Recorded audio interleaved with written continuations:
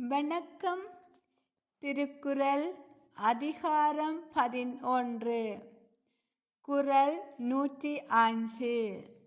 உதவி வரைந்தன்று உதவி. உதவி செய்யப்பட்டார் சால்பின் வரைந்து.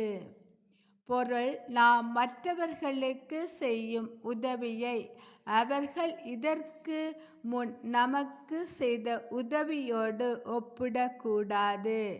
நாம் செய்த உதவி அதை பெற்றவர் அதனால் மேற்கொண்டு மேன்மையை அறிந்து மதிப்பிட வேண்டும். குறள் 105. உதவி வரைந்தன்று உதவி. உதவி செய்யப்பட்டார் சால்பின் வரைந்து.